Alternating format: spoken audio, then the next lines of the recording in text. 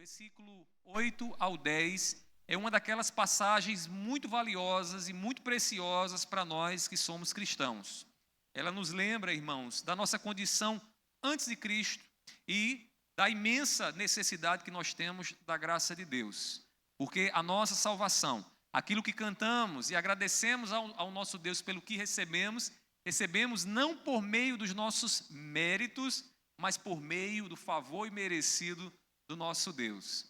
Irmãos, sem a graça de Deus, certamente nós estaríamos hoje em uma condição de nenhuma esperança. Porque, irmãos, como nós poderíamos e podemos agradar a Deus quando somos pecadores, como falhos? Nós não temos como agradar a Deus na nossa condição natural. Desde o dia que o homem pecou, ele se distanciou de Deus e aconteceu o que nós chamamos de uma morte espiritual. O homem ficou incapaz de agradar a Deus pelas suas próprias obras. Mas tem um detalhe: mesmo depois do pecado, o homem não perdeu aquela mentalidade de que precisa fazer alguma coisa para agradar a Deus. O problema é que o homem, depois que peca, ele tenta fazer alguma coisa para agradar a Deus, só que ele não pode entregar a Deus na perfeição que Deus exige, porque o homem agora está em pecado. Porque as nossas obras são, como diz o profeta Isaías, são como trapos imundos, sujos, que Deus rejeita, porque nós somos pecadores. E é nessa condição, então, que entendemos o grande amor e a graça que Deus tem por nós. Porque Deus, vendo a nossa condição de pecado, Deus não nos abandona, Deus decide nos salvar, nos trazer para junto de si, restaurar a aliança com Ele. E Ele faz isso através da sua graça, através do seu favor imerecido. Ele providenciou a nossa salvação de forma gratuita, de maneira que somos salvos não porque pagamos um terreno no céu para estar ao lado de Deus, ou porque Deus em algum momento olha para mim e para você e diz assim: ó, como ela é boa naquilo que faz, ó, como a obra dele é perfeita. Não, meus irmãos, Deus decide nos salvar gratuitamente. Essa é a razão do nosso culto. Nós adoramos a Deus porque Deus decidiu nos salvar de forma gratuita, de forma graciosa. Sem a graça de Deus, meus queridos, nós somos como alguém que está perdido no meio do mar. Alguém que caiu no meio do mar, olha para um lado e para o outro e só vê água de todos os lados. A única coisa que vem à sua mente é que em um breve momento ele irá morrer.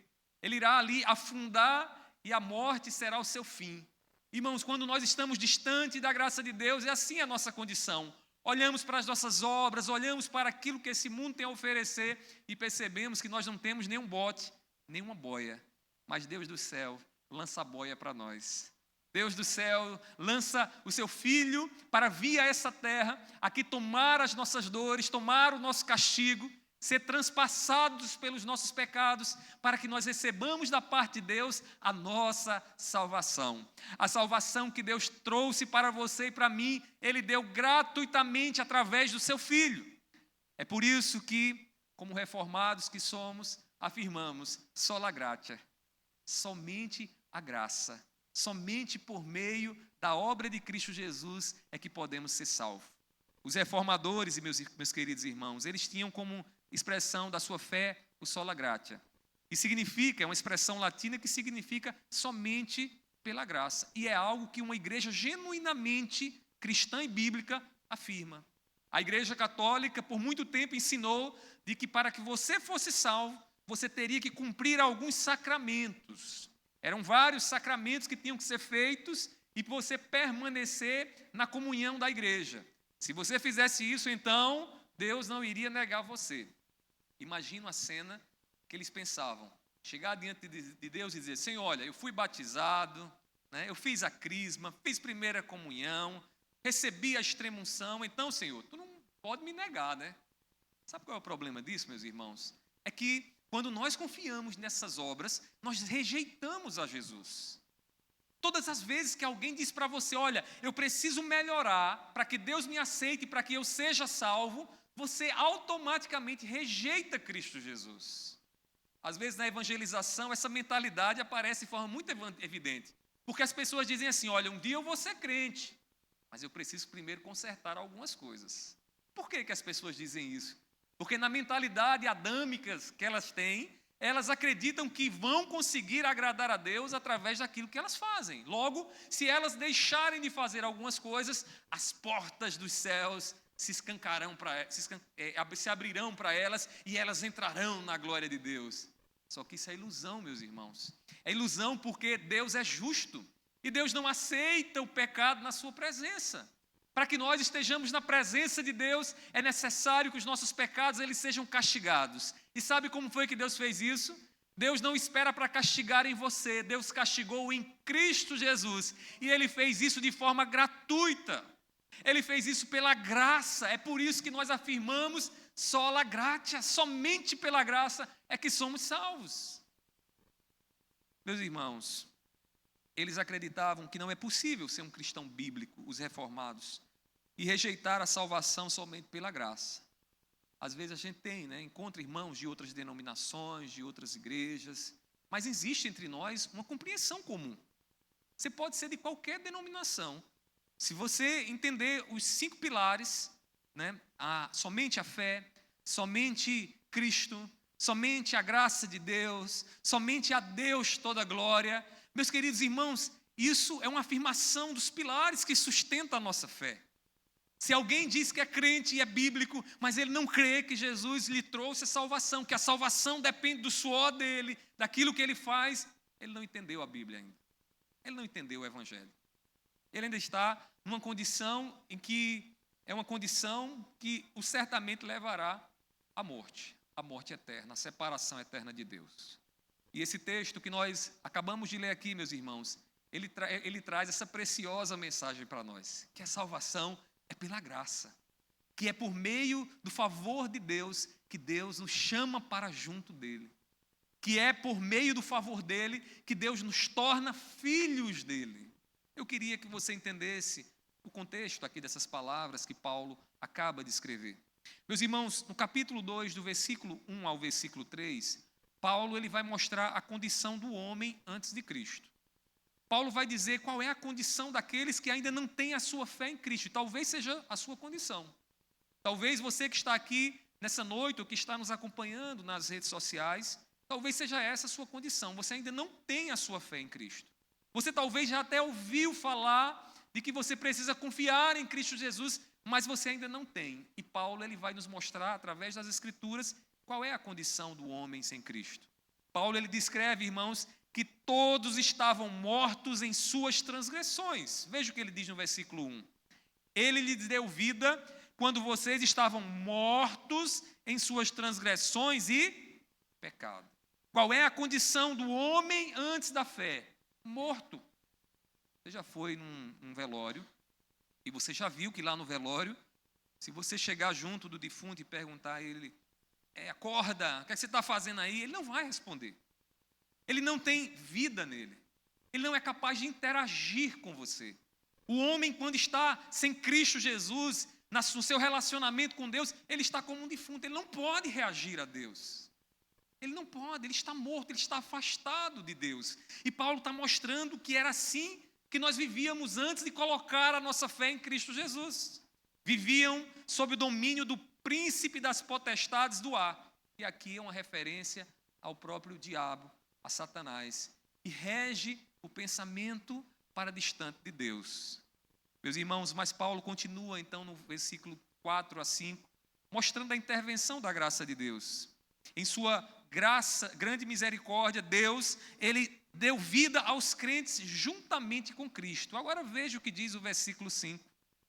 Diz assim: e estando nós mortos em nossas transgressões, nos deu vida juntamente com Cristo, pela graça vocês são salvos.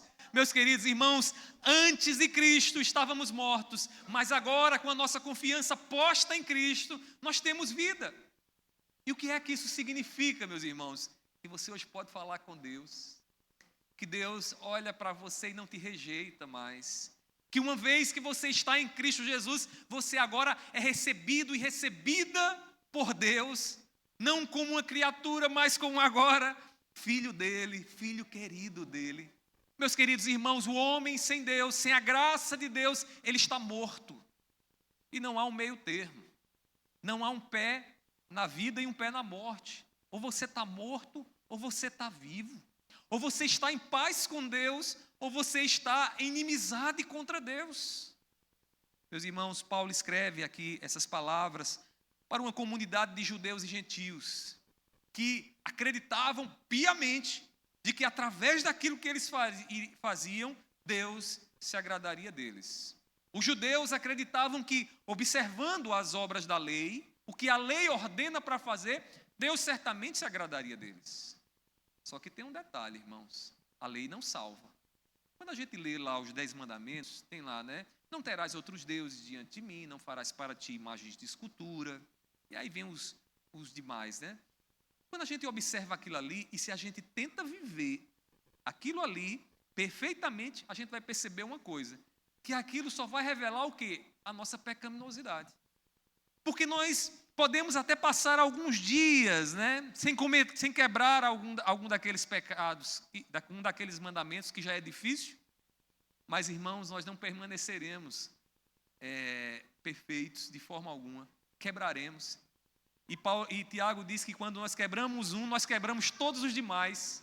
Então, a lei não salva. É impossível que você crie regras e queira viver por regras e para poder agradar a Deus. Você não vai conseguir ser perfeito. Então, os judeus acreditavam que, observando regras, eles seriam aceitos por Deus. E Paulo vai dizer, não, se vocês acreditam que é por meio de regras que vocês serão salvos, vocês estão abandonando o Evangelho. Deixa eu fazer uma pergunta a vocês. Essa mentalidade era só dos judeus lá do passado? Não, meus irmãos. Às vezes eu encontro alguns de vocês dizendo algumas coisas do tipo, eu preciso me consertar para que Deus me abençoe.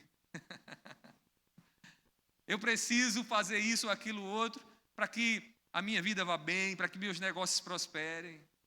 Meus queridos irmãos, o que nós precisamos para estar em paz com Deus, estar debaixo da bênção de Deus, já foi feito na cruz do Calvário. E o que nós precisamos é receber a graça que Deus tem para nós em Cristo Jesus. Meus queridos irmãos, os judeus acreditavam que era por meio das obras que eles iriam agradar a Deus, e os gentios acreditavam que era por meio dos ritos.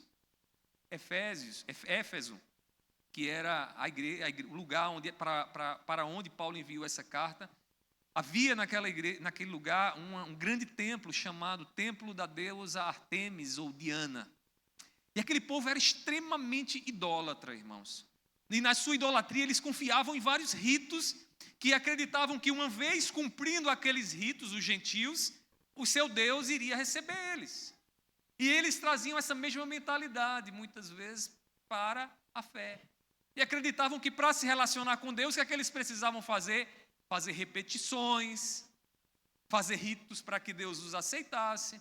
Mas Paulo vai dizer, meus irmãos, não é por meio de ritos, não é por obediência a leis e regras, mas é por aquilo que Deus fez por você. A salvação, ela é recebida. Meus queridos irmãos, a salvação, ela não é conquistada. Quem conquista ela para nós é Jesus. E quando nós recebemos de Cristo Jesus, então o que Ele fez por nós, é assim que a salvação acontece.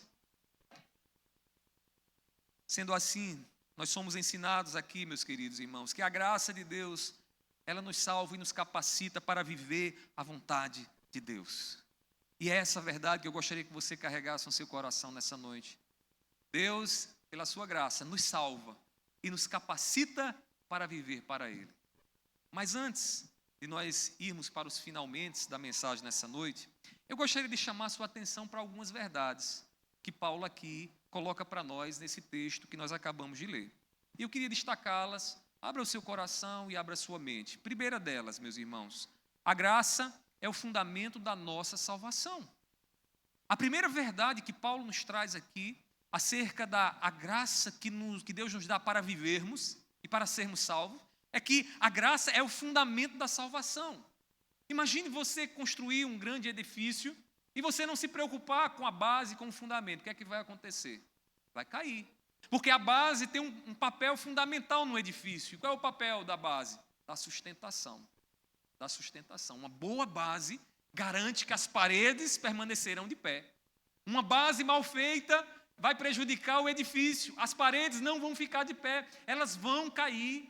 Meus queridos irmãos, a nossa salvação é firme e nós podemos dizer isso com toda convicção, porque a base da nossa salvação é a graça de Deus. Não é o que eu e você fazemos, mas é o que Cristo fez por nós e por isso louvamos e o adoramos. Paulo vai nos mostrar isso no início do versículo 8. Observe na sua Bíblia. Ele diz assim: porque pela graça vocês são salvos. A definição mais comum que a gente encontra de graça é favor imerecido. O que é um favor imerecido? É algo que é recebido sem que você mereça. A salvação que Deus nos deu em Cristo Jesus é um favor que Deus nos dá sem que você tenha mérito algum. Porque se você acha que tem mérito, você está fazendo de Deus devedor de você. E Deus não deve nada a ninguém. Outra coisa, mesmo que você queira fazer algo para agradar a Deus, você é pecador. O que você merecia não era uma salvação, mas o juízo de Deus. Porque o salário do pecado não é vida. O salário do pecado é morte. E por que morte? Porque é juízo. Meus queridos irmãos, Paulo explica que a nossa salvação começa com a graça de Deus. Ele diz, porque pela graça vocês são salvos. Lembre isso no seu coração. Essa semana você vai tentar fazer muitas coisas boas, continue assim, você deve fazer, não para ser salvo, mas porque você já foi salvo. As obras que fazemos, irmãos, de boas aqui nessa vida, não é porque a gente espera no final que Deus olhe para nós e aplauda as nossas obras e digam, como você fez tanta coisa boa, como você ajudou dando esmola, como você se empenhou na obra. Não, meus irmãos, nada disso nos garante a salvação. Se assim acharmos que irmãos, estamos construindo o nosso edifício num fundamento errado, na areia, a nossa casa vai ruir. Meus irmãos, não podemos ganhar ou comprar a salvação. Ela é concedida a nós, é Deus que nos dá. Deus, Ele pagou o preço da nossa salvação. E qual é o preço da nossa salvação? Eu vou lhe dar alguns números para você calcular o preço da sua salvação. Você pecou quantas vezes hoje? Eu vou ser bonzinho com vocês e comigo. Eu provavelmente pequei uma vez. Eu tenho 44 anos. Se eu peco uma vez por dia, quantos pecados eu cometi durante toda a minha vida?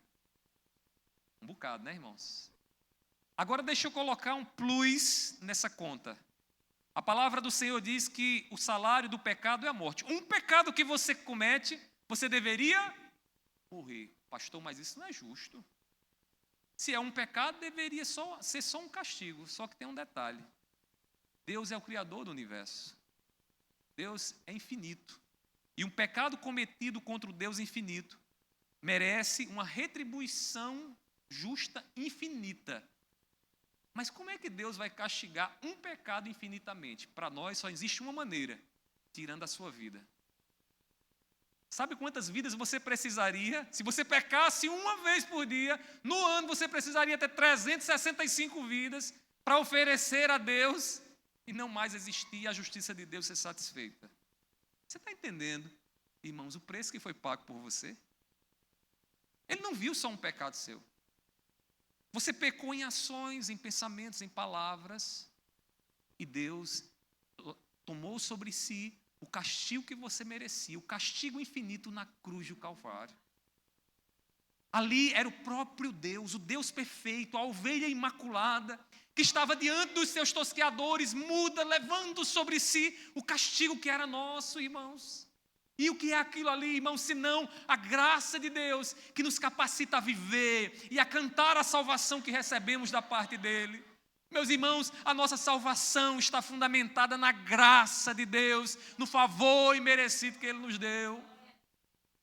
Então, deixa eu lhe dizer uma coisa bem prática. Abandone essa sua ideia de que você precisa fazer algumas coisas para ser salvo. Você precisa fazer algumas coisas se você já é salvo, mas não para ser salvo. Meus irmãos, nossa salvação foi paga por Deus. E Ele paga e Ele não pede nada em troca.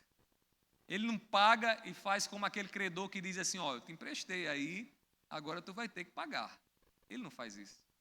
Ele paga, irmãos, e diz, minha filha, meu filho, você não deve mais nada a mim. Você está quite comigo. E, meus irmãos, às vezes o diabo, às vezes não, é o papel do diabo na nossa história, nos ludibriar, nos enganar, achando que ainda devemos alguma coisa da parte de Deus. Ainda devemos alguma coisa a Deus. Meus queridos irmãos, repreenda esses pensamentos. Coloque na sua cabecinha o capacete da salvação. Coloque, porque o capacete da salvação nos lembra que o que recebemos de Deus foi de graça, não foi pelo que fizemos. Se você está aí pensando, minha consciência está pesada, Deus se afastou de mim porque eu pisei na bola aqui e acolá, não vá nesse canto, porque esse canto não vem dos céus. Esse canto vem de outro lugar. Irmãos, o canto que vem do céu é Deus te amou graciosamente, sem que você mereça. É por isso que o amor de Deus nos constrange, meus irmãos. Porque Deus decidiu nos amar, não foi quando nós estávamos bons, mas na nossa miséria. Ele decidiu nos amar. É por isso que nós abrimos os nossos lábios em louvor a Ele. É por isso que nós estamos constantemente motivados a servi-lo. Porque nós sabemos o amor que recebemos de Deus, um amor gracioso, que nos traz a salvação e nos capacita para viver a vida que Deus deseja. Então, a primeira verdade que Paulo nos mostra aqui é essa. Mas há uma segunda verdade que eu queria que você observasse comigo. A segunda verdade aqui sobre a graça que nos capacita para a salvação e para viver, é que a graça, ela é um presente que recebemos pela fé, por meio da fé. Por meio da fé. A graça de Deus é o fundamento, mas é a fé que é o meio pelo qual nos apropriamos dela. Você acabou de ouvir que Deus morreu por você na cruz do Calvário. Mas sabe como é que você se apropria dessa graça lá da cruz? Sabe como é? Quando você exerce fé. É a fé que te capacita a agarrar e amar a Jesus e carregar essa verdade da salvação no teu coração. Se você não tem fé, você pode saber, mas a sua vida não reagirá àquilo que você sabe. Tem muitas coisas dessa vida que a gente não vê, né, meus irmãos? A gente não vê, mas é uma realidade. Algumas coisas que nós simplesmente acreditamos, não porque os nossos olhos e o nosso tato podem provar que é real, mas que estão lá. Nessa época das telecomunicações, né? Você tem um celular que você é capaz de ligar para uma pessoa lá do outro lado do planeta. A pessoa está distante. Em momento nenhum você descrê que há um meio da tua mensagem chegar lá.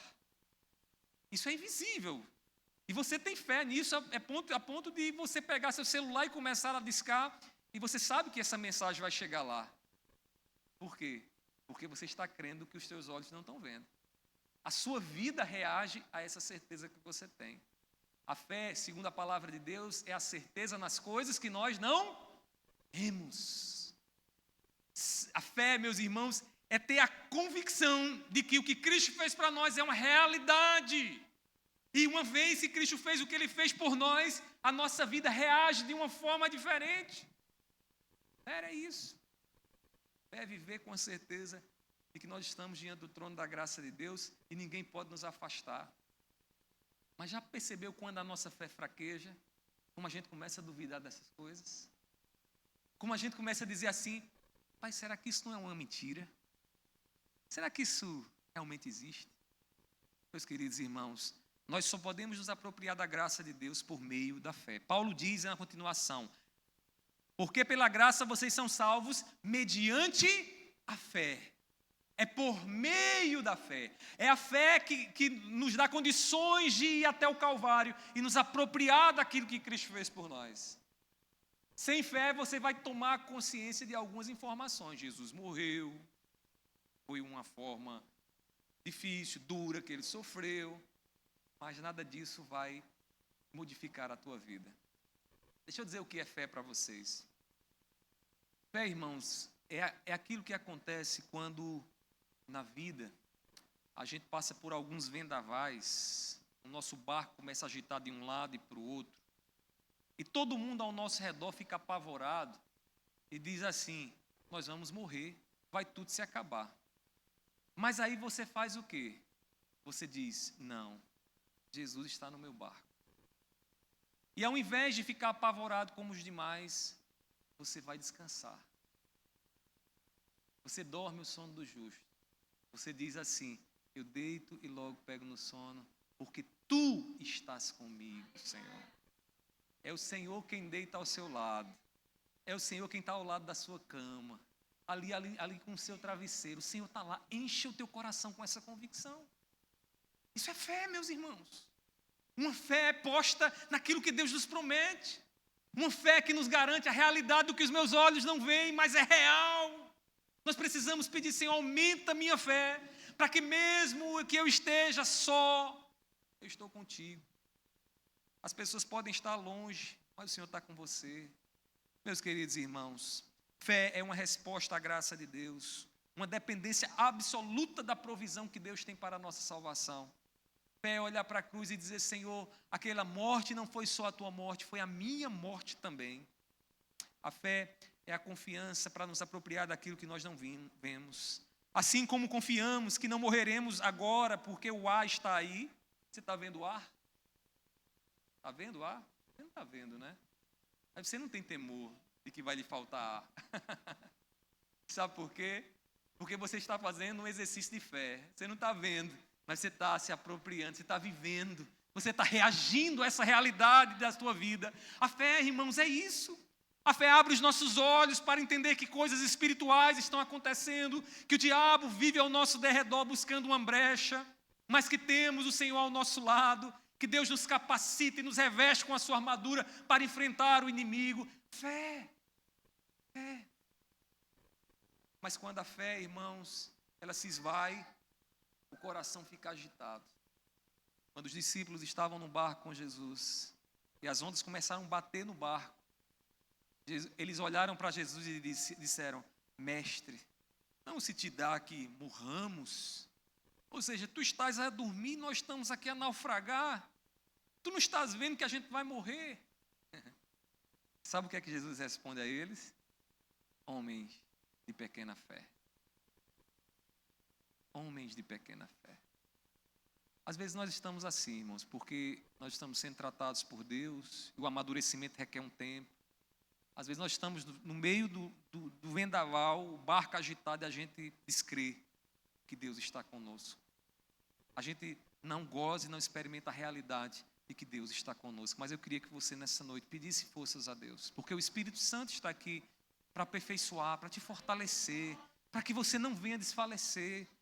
Meus queridos irmãos, para nos apropriarmos da graça que Deus tem para nós, nós precisamos viver por fé. A palavra de Deus, ela nos traz a revelação dessa graça, e é com a fé que nós podemos nos apropriar delas. O que é que Deus tem para você em Cristo Jesus? Deus tem a salvação para você. Mas Ele não tem só isso para você. Ele tem a provisão para você. Ele diz, não andeis ansiosos por coisa alguma, né? Antes, ore a mim com ações de graça, agradeça a mim, e você vai experimentar a paz que excede todo o entendimento. A paz que faz o seu pezinho, que fica aí agitado, balançando, se aquietar. A paz que você olha para a segunda-feira e diz assim, eu não posso estar lá, mas meu Deus está. A paz que você pode dizer, poxa, como eu dormi bem nessa noite. Mesmo que a tempestade e as dificuldades sejam grandes. Meus queridos irmãos, nos apropriemos daquilo que Deus tem para nós. E a fé é o meio que Deus nos dá para isso, para nos apropriar da graça que recebemos. Mas há ainda uma terceira verdade aqui, que eu queria que você notasse comigo. Sobre a graça que Deus providenciou para a nossa salvação e para a nossa vida. Em terceiro lugar, meus irmãos, a terceira verdade é que a graça é o favor vindo unicamente de Deus. Graça, meus irmãos, não é Deus dando 50% e você colocando o resto. Não é assim que funciona. Graça, irmãos, é algo que vem unicamente de Deus. Quando os reformadores, eles afirmavam só a graça, somente pela graça, sabe para quê, irmãos? Para que eles pudessem dizer também a Deus, só a Deus, toda a glória. Porque se Deus vai fazer algo em que você coopera para a sua salvação, então, meu amigo, no final, você vai ter que dividir a glória com Deus. Como é que eu e você podemos dividir a glória com Deus? Deus nos salvou unicamente pela sua mão, pelo seu poder. E veja o que Paulo diz aí na continuação do texto. Ele diz assim, versículo 8, no finalzinho, diz: isto não vem de vocês, é dom, vamos repetir todos juntos? E isto não vem de vocês, é dom de Deus. Paulo está dizendo, vocês judeus, que acreditam que as obras de vocês vai juntar alguma coisa diante de Deus, a salvação não vem de vocês. Ele está dizendo, a salvação é um dom de Deus, para que nós o glorifiquemos e o agradeçamos todos os dias. Senhor, o que eu recebi não foi fruto das minhas mãos, não foi mérito meu, mas veio unicamente do Senhor para comigo. Meus irmãos, Deus decidiu nos abençoar sem que merecêssemos. Paulo enfatiza que a salvação é um dom, um presente gratuito, que não vem de nós, mas é Deus que dá. E o que isso significa? Significa, meus irmãos, que não há mérito ou esforço humano envolvido na concessão da graça de Deus. Então, todas as vezes que a gente quer dividir com Deus a sua glória, meus irmãos, a gente se distancia de Deus. O que Deus quer é que você confie unicamente em Cristo. E esta é uma mensagem que o mundo rejeita. Porque o mundo acredita que não é possível que Deus me rejeite. Alguém pode pensar, poxa, eu faço visita lá na casa da vovozinha, vou tratar dos idosos, abençoo eles. Eu faço tanta coisa boa. Não é possível que lá no final da vida, quando eu encontrar a Deus, Deus olhe para mim e diga assim, você não vai entrar aqui não. Pare e pense, não é essa maneira natural que a gente tem para pensar? Chega alguém pedindo na nossa casa, a gente abençoa, dá uma esmola, e lá no fundo alguém pode pensar, poxa, é mais uma pedrinha para mim, para que eu possa entrar no céu, uma pedrinha preciosa para eu entrar no céu. Não é assim que funciona, irmãos. Deus, Ele nos agracia de uma forma unilateral. É Deus sozinho nos abençoando. A origem e a fonte da nossa salvação, irmãos, estão inteiramente em Deus. A nossa única participação na salvação, sabe o que é? Receber o que Deus tem para nós. Você que está nos ouvindo nessa noite, aí onde você está, saiba de uma coisa: o que Deus tem para você e para a sua salvação é algo que Ele te dá e você só tem que receber o que Ele tem para você. Você já recebeu um presente sem ter pedido? Presente gracioso é bom demais, né? Porque é um presente que você recebe sem você pedir. De repente alguém vê a sua necessidade e diz, eu vou lhe abençoar, você não precisa fazer nada. Você chega lá na sua casa e vê aquele presente, se anima, puxa, caramba, eu nem pedi isso e de repente Deus mandou e você percebe que é o que aquilo ali, irmãos? Graça. Graça é um presente que Deus nos dá, sem que nós, irmãos, peçamos, sem que nós façamos qualquer outra coisa. Ele decide nos abençoar. Portanto, meus irmãos, sola gratia, somente pela graça. É pela graça de Deus que somos salvos e capacitados para viver a vida que Ele quer para nós. Deixa eu lhe dizer uma coisa: resista à tentação de pensar que você contribui para a sua salvação. Uma das evidências de que esse pensamento muitas vezes está aí pairando dentro de nós é a tristeza que muitas vezes nos abate quando a gente pisa na bola. Aquela tristeza de que Deus me abandonou. Meus irmãos, todas as vezes que a gente comete um pecado, a gente não vai se alegrar, é óbvio. O pecado, ele causa tristeza no nosso coração. Mas nós temos da parte de Deus uma boa notícia. Sabe qual é? Que a misericórdia de Deus não tem fim. Que a maneira de resolver os nossos pecados não é tentando pagá-los, porque Cristo Jesus já pagou para nós. A maneira de resolver os nossos pecados é nos arrependendo. É dizendo, Senhor, eu não vou mais entrar nesse caminho, eu não vou mais trilhar esse caminho. E você então dá provas de que você se arrependeu de verdade. Às vezes a mentalidade de que Não, a salvação depende do que eu faço, se manifesta assim, porque você se abate. Porque o inimigo diz, olha, você não é crente coisa nenhuma. É assim que muitas vezes a gente escuta a voz interior dizendo, você não é crente coisa nenhuma, rapaz. E tem uns que o diabo usa para falar mais alto, lá no trabalho, e diz, e você não é crente não, viu? Meus queridos irmãos, se fosse depender das nossas obras, é verdade, não teríamos como ser salvos. Mas nós dependemos unicamente da graça que vem de Deus. Porque a nossa salvação é pela graça que Ele manifesta unicamente da sua parte para conosco. Em último lugar, meus irmãos, há uma última verdade que eu queria destacar aqui sobre a graça. A graça, ela tem o seu propósito na vida de Cristo em nós. Qual é o propósito da graça de Deus? O propósito da graça de Deus é que Cristo Jesus, que nos salvou, seja visto em nós. Como é que a gente conhece uma árvore? Pelos frutos. Pelos frutos. Se você sabe que aquela árvore está dando uma manga, você sabe que ali é uma mangueira. Se você sabe que aquela árvore está dando uma jaca, ali é uma jaqueira. Não pode uma mangueira dar jaca. A mangueira vai dar aquilo que é próprio da sua natureza. Uma vez que recebemos a graça de Deus, meus irmãos, o propósito dessa graça é que nós venhamos frutificar. E qual é o fruto que vai ser brotado da nossa vida? A vida de Cristo Jesus. Eu poderia resumir em um único fruto, ou uma única parte do fruto, o amor.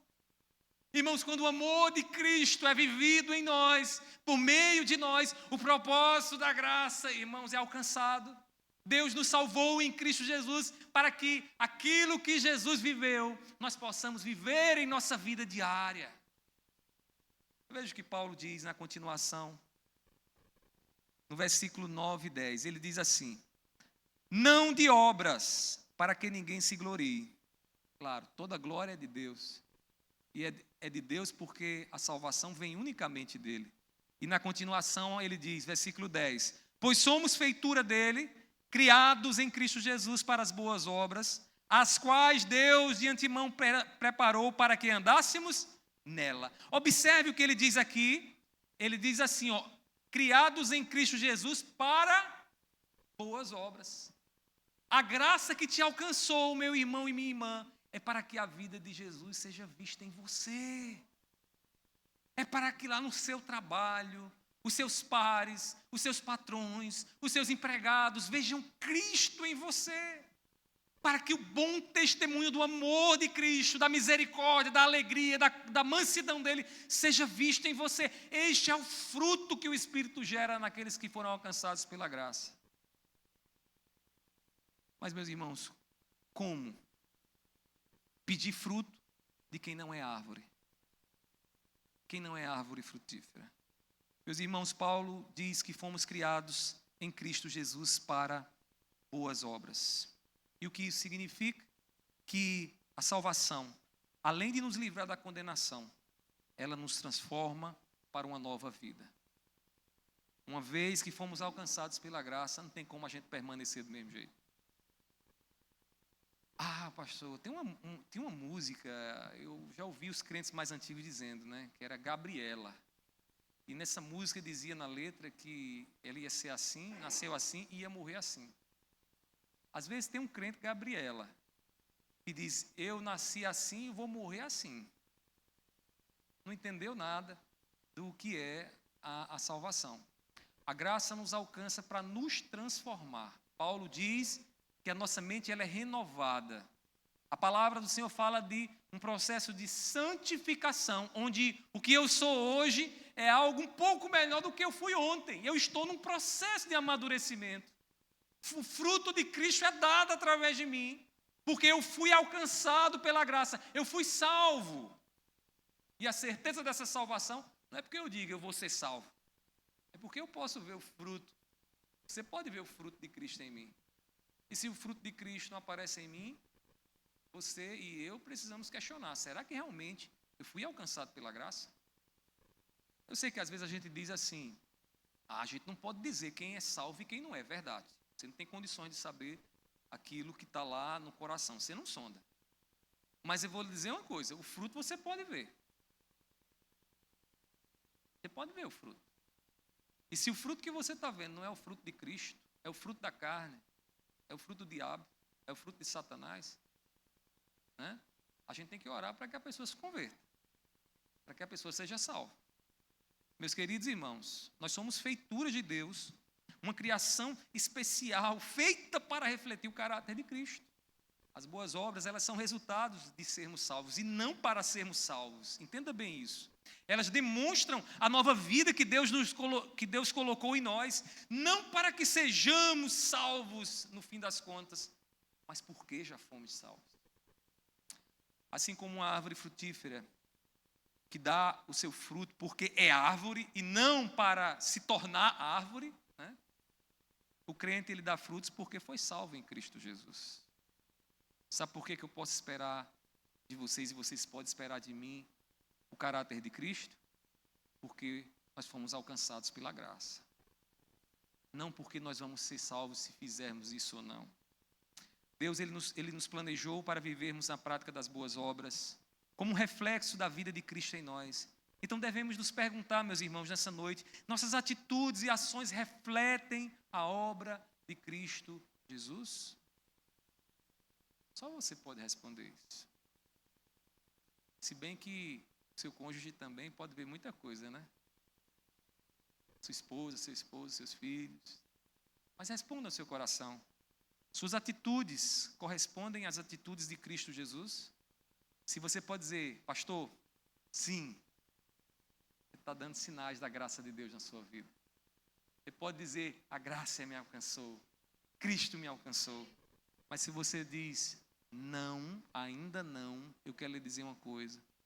Se arrependa das suas obras. Se volte para Jesus. Se volte, se arrependa. Não confie no que você faz. Confie naquilo que Cristo faz por você. Deixe o amor dele constranger o seu coração. O amor dele vai constranger o seu coração a tal ponto de que você diz, eu não tenho como viver outra vida senão a vida que Cristo tem para mim. Ele fez o que ninguém pode fazer por você. Ele derramou cada gota de sangue em teu favor. Ele olhou para você e mesmo vendo todos os pensamentos perversos do seu coração, ele não, em momento nenhum, ele duvidou do que iria fazer. Ele foi lá e fez por amor a você. E o que você tem feito para com ele? E o que você tem feito para ele? Paulo nos lembra, meus irmãos, que a graça de Deus não é apenas uma ideia ou doutrina. É o próprio fundamento da nossa vida. É pela graça que nós somos salvos, pela fé que vivemos e para as obras, boas obras que nós fomos feitos. Tudo isso começa e termina em Deus, para que toda a glória seja dele. Concluindo aqui as minhas palavras nessa noite. Talvez você esteja no meio de um mar, agitado de um lado, do outro, sem nenhuma esperança, sabendo que daqui a algum tempo você partirá, como todos nós partiremos dessa vida. Mas deixa eu lhe dizer nessa noite, Deus tem um bote salva-vidas para você. E este bote é Jesus. Ele lança do céu, não porque você merece, mas porque Ele é um Deus amoroso e gracioso. O Deus que salva, o Deus que nos amou sendo nós ainda pecadores. Não há nada que possamos fazer para merecer a salvação. É por isso que cantamos e dizemos que é só pela graça. Graça esta que você está aqui nessa noite, que talvez ainda esteja aí apavorado pela tua vida e pelo fim, que é o fim de todo ser humano, a morte. Eu quero lhe dizer, agarre-se na boia, agarre-se em Cristo Jesus, receba a graça que Deus tem para você nessa noite e a sua vida será diferente. Você não temerá mais, seja na vida, seja na morte. Que Deus enche o nosso coração de convicção. Que Deus enche o nosso coração de alegria e louvor pela graça que recebemos da parte dele. Amém? Vamos ficar de pé, meus irmãos, e vamos orar ao nosso Deus. Queria que você orasse comigo, peça ao Senhor que aumente a sua fé, para que você se aproprie da graça que Deus tem para a sua vida. Peça, talvez você esteja nessa condição de uma fé frágil, débil. Peça a Ele, Senhor, aumenta a minha fé. Meu Pai, nós estamos aqui, Senhor, em Tua presença. Eu sei que Tu sonda os nossos corações. Tu sabes, Senhor, o que cada coração tem enfrentado e a fé que cada um de nós tem. Meu Deus, quantas vezes nós estamos apavorados, olhando ao nosso redor e vendo, Senhor, só tempestades e furacões acontecendo. E dizemos que vamos naufragar e vamos morrer, mas, Senhor, a Tua graça é capacitadora. A Tua graça, Senhor, nos livra de ficarmos atemorizados, porque Tu estás conosco, porque Tu nos salvaste, Senhor, não pelos nossos méritos, mas pelo que o Senhor decidiu fazer desde a eternidade, vindo aqui para nos resgatar do domínio do pecado e assim perdoar os nossos pecados. Eu te peço por este irmão, por esta irmã, que nesses últimos dias, Senhor, tem sentido a sua fé frágil, que já não tem se apropriado daquilo que a Tua palavra, Senhor, revela, que o Senhor esteja a aumentar a fé deles. Pai, que a fé seja talvez como um grão de mostarda, tão pequenininha, mas que é tão poderosa, que essa fé esteja no coração da Tua igreja, do Teu povo. Para que a gente venha, Senhor, afastar e repreender aquilo que o inimigo tem colocado contra nós, como se a nossa salvação dependesse de nós. Pai, nos dá fé para receber a salvação. Pai, seja com a Tua igreja, seja com o Teu povo, fortalece. E também, Deus, toma o coração deste, que ainda não tem uma experiência genuína com o Senhor, que ainda não foi constrangido, Senhor, pelo amor que o Senhor revelou na cruz do Calvário. Que nessa noite o Teu Espírito Santo esteja a quebrar o coração, a abrir os olhos, para que este Teu servo e esta Tua serva possam enxergar o grande amor de Cristo Jesus e se render a Ele como servos. Pai, eu te peço, faz isso, Senhor, para a glória do Teu nome. Assim eu te oro, em nome do Teu Filho amado Jesus. Amém, amém. Que a graça do nosso Senhor Jesus Cristo, o amor de Deus e a comunhão do Espírito Santo estejam sobre todos, hoje e para todos sempre. Amém, amém. A igreja se assenta por um instante, eu tenho alguns avisos para dar aos irmãos. Primeiramente, queremos agradecer a Deus pela presença de todos os visitantes aqui nessa noite. Como é que a gente diz, irmãos, aos visitantes? Vamos dizer bem